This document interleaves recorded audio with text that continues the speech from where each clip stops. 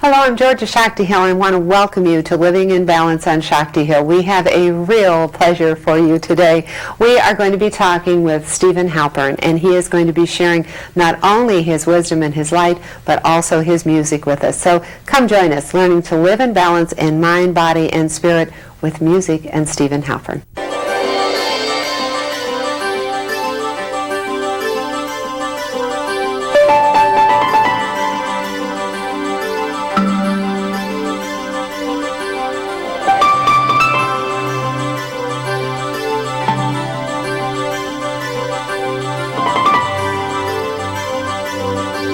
I am so happy to have you with us. It's a delight to be here. Happy to be here. Well, you are a treasure. You are a world treasure. You have been sharing your music. And I said how exciting that now people know not only is it an absolute pleasure to listen to, but it heals our body and it heals our mind.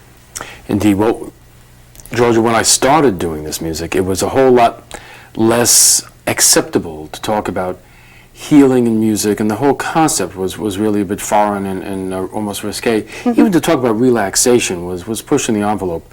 When I started, we were talking about music for meditation, and that was within certain contexts. Yes. Indeed, when I first started receiving the music, I didn't know that it would really reach out and resonate with as wide an audience, people who were not into meditation, people who were not necessarily into health, but people who, when they heard the music, recognized something at a heart level, at a soul level, and says, I've been looking for this music, I need this, without knowing why. And what I've been doing over the last 25 years is learning some of the reasons why and sharing that information.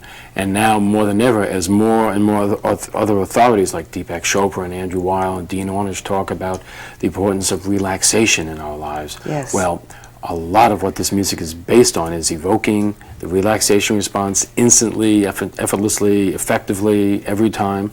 And when you get in that state, a whole lot of other things happen as well.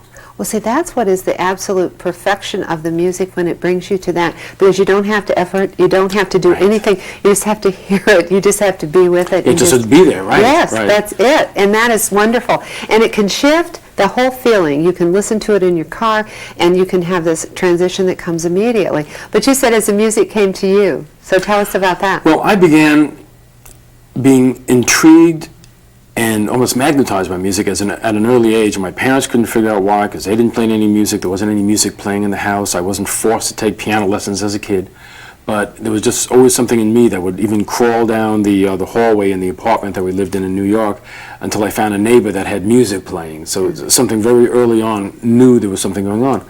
But I also knew that I was not that intrigued by playing little black dots written on white paper by dead white European musicians. And I started having some experiences even in high school where I started hearing music inside, and I got to understand that was either I could go crazy, listen to that sort of thing, or become a composer and a musician. So given those options, that part was clear. But I began playing jazz and high-energy jazz rock music and even some blues. Didn't come up through the classical literature. But what that did, that also allowed me to not get stuck analyzing music or just playing someone else's music. So I got to listen to music that was coming inside, and through that kind of music, that other kind of high-energy music, learned to get out of the way and let the music play through me. Then in 1969, after praying and really asking to hear the kind of music that would be a healing music in the late 20th century compared to the music that would be healing in the 18th century, like Mozart, or the music that was healing back in the Bible when David was soothing Saul with his harp. I started having some experiences where the music would be audible to me. I started playing it, and I thought this might just be something for me, but when I shared with other people, they said, my God, this is what we've been looking for. Where did you learn how to play like that? And I acknowledged my band of angels, but most people couldn't see them, and would just talk about the music coming through, or just becoming one with the music and listening to the spaces between the notes. Now, in the last 20 years, people have been opening up to the whole concept of angels and really tuning into our guides. Yes, well, I've been working with a band for many years, but most people can't see them. I love that. When you're saying band of angels, you really mean band of angels. Literally. Oh, wow. Oh, and you see them? No, but I feel them, and I hear them. And sometimes the way it works is I won't even hear some of what the music is until after I've played it and I listen to the tape back in the recording studio. Yes. And some of the music that's on an album called Gifts of the Angels, in fact, where I really come out of the closet and talk about this, are examples where this happened in many different recording sessions over a period of 20 years, and I gathered the musical selections that had the most light and the most energy with them, that even the recording engineer said, wow, what just happened? Yeah. We thought there was a voltage surge, but there was an energy that you could actually see and feel in the room, and electricity, and my fingers would be guided. I'd play the music, and I'd come back and listen to it later on and enjoy it, and say, wow, I'm sure happy that got recorded, because I didn't hear it. And happy, well, I had some help, right? Oh, but you then have this wonderful energy around you, and you must be one of the most balanced, peaceful people. Now, Georgia. Has it not helped? Bless your heart. Oh, it helps. It helps. And indeed, as we were getting lost coming from the airport, and the first night over when the assistant got lost, there are books out now that say, don't sweat the small stuff, and it's all small stuff. And being at a conference here with the Attitudinal healing people, and some of the people who have had such amazing, life-challenging situations, you realize everything else is easy compared to what some of these people have taken on and are dealing with. So, no, but on other levels, sure, I get to deal with a whole lot of stress in my life and other things, and some things that didn't go exactly according to my plan.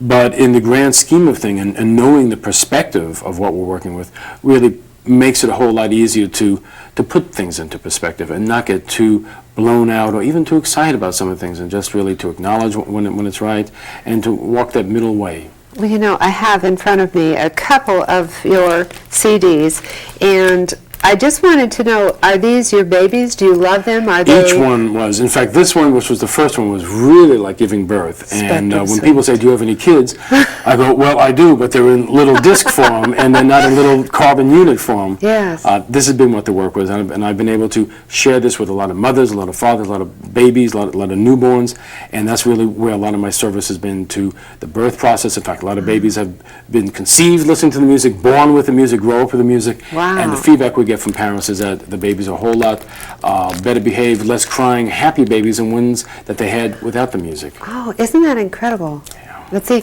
we have studies with that where we really do know that it affects the babies, and even our learning process. It just goes on and on and on. Right. Yeah. And a lot of what I've been working with lately has been almost like the Ralph Nader of this spiritual healing and healthy music aspect, because there's a lot of disinformation and misinformation going on right now. Okay. So in addition to talking about the concepts, which originally we had to talk that there is a concept called healing and music and therapeutic sound, now we need to say, well, you can't just say any music. You can't just say any Mozart, because who performs the music makes a big difference in how the music will affect you. And just a lot of fine-tunings, but the basic concept is, as people pay attention to themselves, as they listen, as they trust themselves, they will see that there really is a power, there really is an effect, and then they'll learn to choose what works. And as they allow themselves to be with music like Spectrum Suite or some of the other of the Inner Peace albums, and I didn't fully realize when I called my company the Inner Peace music company,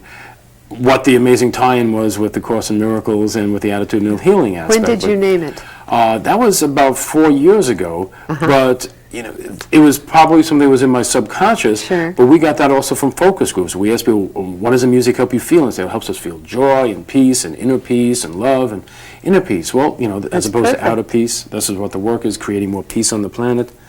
And then we found out about all this other stuff. Yes. Well, what I'd like to do is I would like to share some of your music from one of the videos. So I think we'll go to Inner Peace, and we'll take that and take it to break for our audience to see the beauty that has been created and feel that inner peace.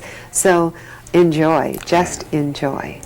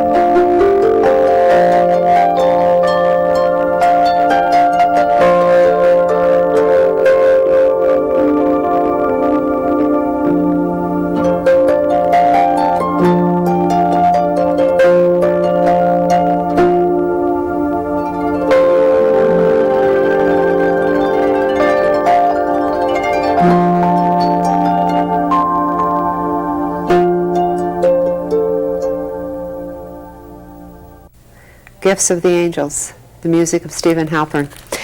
Well, you travel all the time. A lot, You're yes. on the road.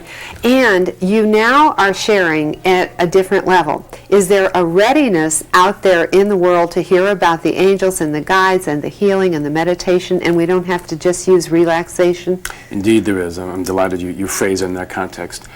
We don't have to sneak it in between the lines and between the notes right now. We're able to come out of the closet. And certainly the work of James Redfield, and certainly the work of the Chorus, and so many other people who've been working, and Danny and Brinkley and Betty Eadie, etc. The list goes on. And the experiences people are having, this is getting near the millennium. People are having the experiences. They know this is not airy-fairy, this is not new age woo-woo stuff, this is real. And now we're also getting scientific validation that this is happening. So with all those things, now we say, now that we know this, let's make use of this more effectively. Let's go to the place, let's be able to dial in the frequencies we need, and frequencies. And just as we have herbs and vitamins to help us supplement certain areas or deficiencies, vibrational and otherwise, some of the music can be used in people's lives in the same way, so that if you need even a 5-minute bit of relaxation, one of the things that you asked is, as a good type A ex-New Yorker, I couldn't always manage 20 minutes, still can't always manage 20 minutes. How do you find 20 minutes in a busy day? But 5 minutes, or even 1 minute, you take that brief break to connect with yourself, and where the complexities of the little symphonies of the songs of the cells and the heart and the mind and the soul and the spirit all come together. That can be so recharging, and just taking a moment. And one of the things that this music does is it allows for your own energy field to reorganize, to harmonize, to come into balance and attunement, because it doesn't impose an external form on it. There isn't a big beat or big melody that says this is what you must listen to. It creates a field of energy. Dr. Valerie Hunt and some incredible healers like Star Fuentes now really validating what they see happening in the energy field, and how this music works on the subtle fields, on the subtle bodies, in ways that some other music does not. This is not to say other music isn't great for other reasons, but for particular uses, you wouldn't take a Volkswagen out on the Indianapolis 500, but you wouldn't take one of those race cars driving around town looking for a parking spot. There's an appropriate use of music, and we don't get any training for that in schools. We're not taught to relate sound and music to our feelings, other than words and emotions that happens, with country western songs or rock songs or pop songs. This is a whole lot more subtle, and part of my work has been to reawaken an awareness of that, and also, as we say, to talk about that concept of being still and knowing that, where the Bible says, be still and know. Yes. When you go into that silence and create that oasis of relaxation, of serenity within yourself, music is one of the ways that you can get there. And when you do that, even a moment of that will be re-energizing and balancing. In 5 minutes, 10 minutes, just really exponentially enhances, increases the benefits. So we have to really, if we are going to serve ourselves well, then we should have around us, available to us, the calming music, the energizing, calming music. And that's what we usually find, is if we can get back to that peace and balance, then the energy is up again. Right. Yeah. And that's why the show is so wonderful that you're putting that information out, because most times you can't watch TV or listen to the radio and get this. You can't depend on that media. That's not what that media is basically about. It's for advertisements to sell things. Sure. You need to have your own library. You need to have your own source material so that you can reach, whether you have your own headphones on your home stereo system, and now you can even have it, because CDs play right in most people's computers. Yes. So you can just hit it for a couple minutes right there, and you can stay tuned and focused while you're working. Well, when I figured that out, and when I learned that for myself now just about 20 years ago, my productivity skyrocketed. I noticed before where I might be repeating a paragraph over and over, I might be reading a paragraph over and over with that, I'm distracted by the music in the background, distracted by the leaf blowers or whatever. Putting this music on allows me to get in the zone where I just work better, I'm more creative, everything flows more easily because I'm in that state of flow. And anyone can tap into that, and it works. It doesn't stop working. You never use it up. Now, the radiant health and well-being takes it to another level. What we're doing here, we're taking some of the same music, but we're adding subliminal affirmations. These are positive affirmations, the same sort of things that many people use and stick on little Post-it on their mirrors or their refrigerators. Yes. And here we're saying them below the threshold of conscious awareness, so it goes directly into the subconscious, and you feed your subconscious positive thoughts rather than some of the statements that perhaps our parents or friends or teachers told us when we were young, the sort of things, you can't do that, you never succeed at that. No, these are, I am a winner. I enjoy life. I look forward to each day. I am relaxed. I am in balance. Affirmations like that, and it's just so wonderful hearing that. Is this scripted? Can we the script is inside. Oh, yes. So we know what we're hearing. If we can't hear it, we will know on a That's conscious right. And level. I can tell you that what's on there is what's on there. There are no things to go, buy a couple of McDonald's or go buy. No, this is just what's there. And is there also more scientific evidence that the subliminals really do work? That's another whole show that we can do. There is an incredible amount of research, but most of it, even when you show it to many of the media representatives, they won't report on it. There's an incredible blacklist, and part of my theory is that it's so effective if done right. And there's a lot of people that do it wrong, but we won't get into that. But the basic concept is, yes, there was studies. Part of the way that I got into this work was doing studies in college, grad school 20 years ago. Got in touch with Eldon Taylor and Dr. Wilson Brian Key and other people who are doing research.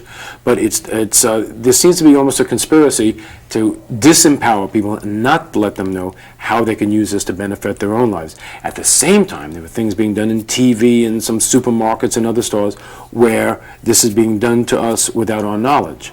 So at a certain point, some people, and I've experienced this myself, I can almost feel, even if I can't hear, subliminals when they're being encoded in someone else's times. And I have some very interesting stories I'll be going into in my book, which will be coming out soon, I hope. Oh, wonderful. Fundamentally Sound, talking about this. And by teaching how that feels and what you might sense, and again, it's paying attention to your own responsibility, you will get a chance to know that something else is going on because it's not you. But with the CDs and cassettes, when you choose what you want, then of course it's legal. The difference is when someone does it to you without your awareness, without your agreement and consent, that's a whole other story.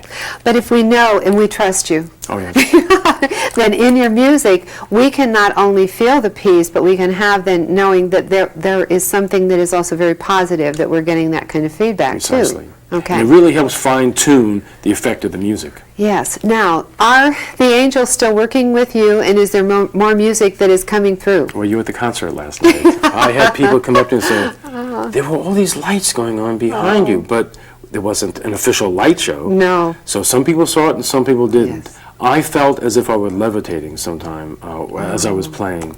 And, it wasn't the whole concert, but there were moments, and a lot of the people tuned in.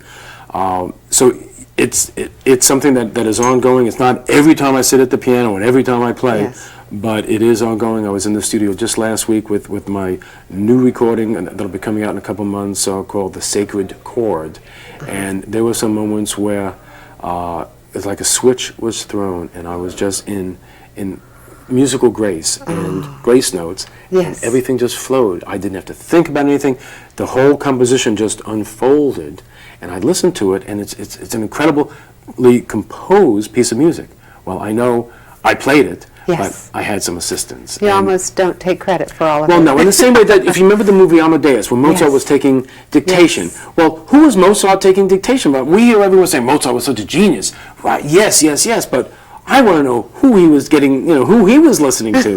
That's what people should be paying attention to also. Of course, who that is God, angels, or, it's coming through. We can't possibly take credit. But Stephen Halpern, it is coming through you, and we thank you so much. We really do. I mean, you are a gift, and we're going to play one of your videos as we go, Crystal Sweet, that so many people have just loved, and you have changed people's lives, and now we know you're healing us too.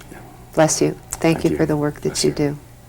And if you will stay tuned, we will also let you know after the video how you can be in touch with Stephen.